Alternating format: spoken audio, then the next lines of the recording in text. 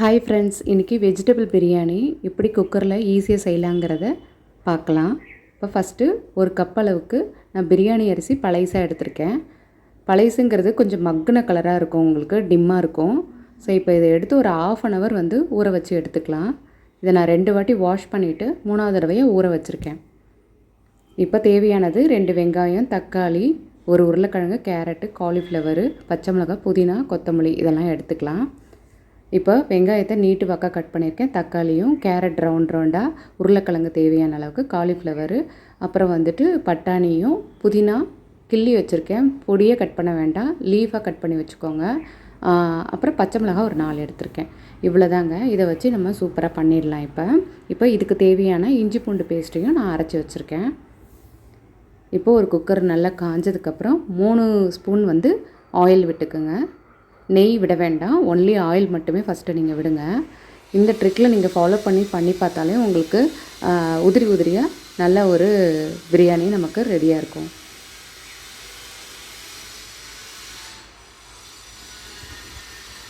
மூணு ஸ்பூன் விட்டாச்சு ஆயிலு. இது நல்லா காஞ்சதுக்கப்புறம் தாளிக்கிறதுக்காக எடுத்து வச்சுருக்க மசாலா 2 பிரிஞ்சி இலை, லவங்கம் 3, ஏலக்காய் 2, கொஞ்சம் சோம்பு, சீரகம் எடுத்துக்கோங்க. பட்டை நான் போடல, ஆக்சுவலாக நீங்கள் பட்டை இருந்ததுன்னா ஒரு 2 போட்டுக்கோங்க. இது நல்லா காஞ்சதுக்கப்புறம் வெங்காயம் நீட்டு வாக்காக கட் பண்ணி வச்சுருக்கோம் இல்லைங்களா, அதை போட்டு நல்லா வணங்கட்டோன்னு விடுங்க. வெங்காயம் வதங்கும் போதே நம்ம பச்சை மிளகாவை குறுக்க எதுவும் நான் கட் பண்ணலாம், அப்படியே தான் நான் எடுத்து போட்டிருக்கேன்.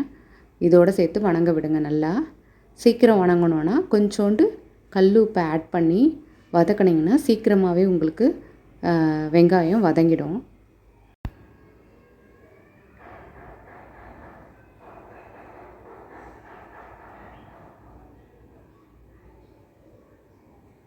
இப்போ உப்பு போட்டுக்கலாம் லைட்டாக வணங்குறதுக்கு.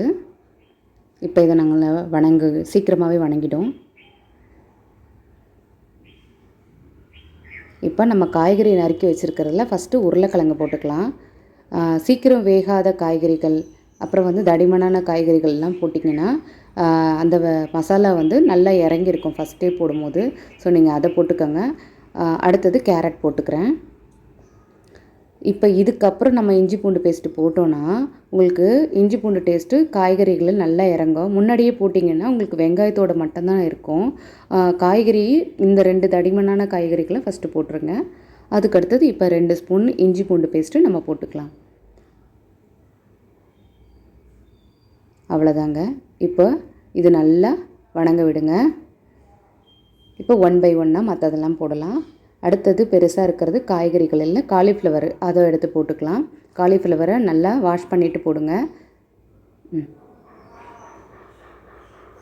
காலிஃப்ளவர் போட்டதுக்கப்புறம் புதினா, இதை பொடியை கட் பண்ணக்கூடாது, லீஃபாக இருக்கிறத மட்டும் கிள்ளி எடுத்துக்கோங்க.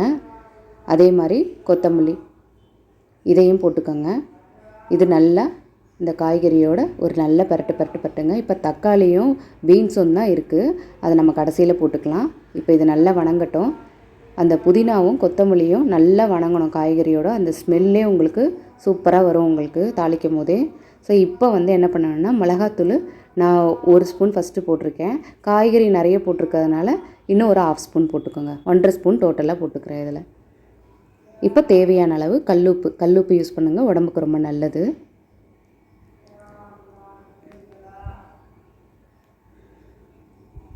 இப்போ காரம், உப்பு எல்லாம் போட்டாச்சு.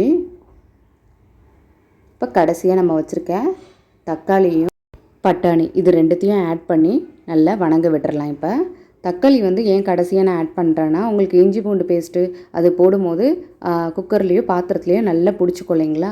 தக்காளி போடும்போது தான் நல்லா வந்து உங்களுக்கு எல்லாமே கிண்டி விடும்போது எல்லாம் ஒன்று சேர உங்களுக்கு மசாலா நல்லா கிளறி வரும். காய்கறிகள் வந்து சீக்கிரம் வேகணும்னா நீங்கள் ஃபஸ்ட்டு அதை போட்டுருங்க, தக்காளி கடைசியில் போடுங்க.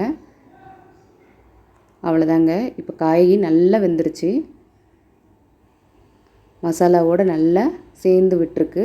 இப்போ நம்ம ஊற வச்ச அரிசி இருக்கு இல்லைங்களா, அதை கொஞ்சம் கூட தண்ணி இல்லாத மாதிரி இருத்து போடுங்க.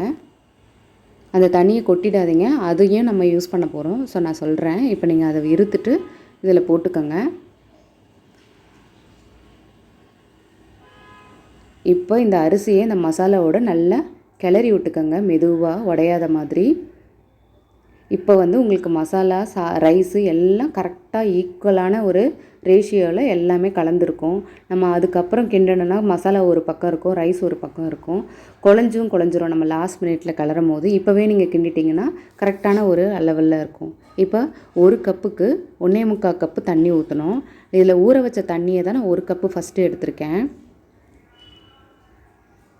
அடுத்தது 3/4 கிளாஸு நார்மல் வாட்டரையும் நான் எடுத்திருக்கேன். நீங்கள் 3/4க்கு கொஞ்சம் கம்மியாக கூட விடலாம். ஏன்னா காய்கறிகள் வந்து வேகும் போதே உங்களுக்கு பக்கத்தில் இருக்க ரைஸும் சேர்ந்து சீக்கிரம் வெந்துடும். ஸோ குலையாது. நீங்கள் என்ன தான் வெஜிடபிள் பிரிஞ்சு பண்ணாலும் ஏதோ ஒரு தடவை நமக்கு மிஸ்டேக் ஆகும். அதுக்கு காரணம் என்னென்னா நீங்கள் கரெக்டான அளவு தண்ணி ஊற்றினாலும் 1க்கு 1 1/4 1/2 ஊற்றினா கூட இந்த காய்கறி போடும்போது சீக்கிரமாக அரிசி குழஞ்சிரும். ஸோ அதுக்காக தண்ணியை கம்மி பண்ணியே ஊற்றுங்க.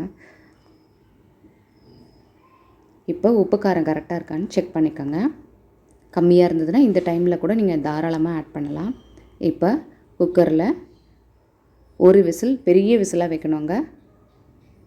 அப்படி குக்கர் ப்ராப்ளமு இல்லை சின்னதாக 2 விசில் வந்தால் கூட ஆஃப் பண்ணிவிட்டு நீங்கள் எடுத்து பாருங்கள். அவ்வளோதாங்க. நான் இப்போ பெரிய விசிலாக 1 வச்சுருக்கேன். இப்போது ஓப்பன் பண்ணி பார்க்கலாம். இங்கே பாருங்கள், ரைஸ்லாம் மேலே விரைச்சிக்கிட்டு பெருசாக வருது இல்லைங்களா? இதுதான் கரெக்டான ஸ்டேஜ். இப்போ நெய் வந்து ஒரு 3-4 ஸ்பூன் உங்களுக்கு தேவையான அளவுக்கு ஊற்றிட்டு சர்வ் பண்ணி பாருங்கள். நெய் வந்து கடைசியில் தான் விடணும், முதல்ல விடக்கூடாது. பிரியாணி சூப்பராக நமக்கு வெஜிடபிள் பிரியாணி ரெடி. டேஸ்ட் பண்ணி பார்த்துட்டு எப்படி இருந்ததுன்னு சொல்லுங்கள். நம்ம சேனல் பிடிச்சிருந்ததுன்னா லைக் பண்ணுங்கள், ஷேர் பண்ணுங்கள், சப்ஸ்கிரைப் பண்ணுங்கள். சம்மருக்கு மசாலாவை கம்மியாக சாப்பிடுங்க. இந்த மாதிரி ட்ரை பண்ணி பார்த்துட்டு எப்படி இருந்ததுன்னு சொல்லுங்கள். மஞ்சத்தூள் யூஸ் பண்ண வேண்டாம், கலர் சேஞ்ச் ஆகிடும். ஸோ ட்ரை பண்ணிவிட்டு எப்படி இருந்ததுன்னு கமெண்ட் செக்ஷனில் கமெண்ட் பண்ணுங்கள்.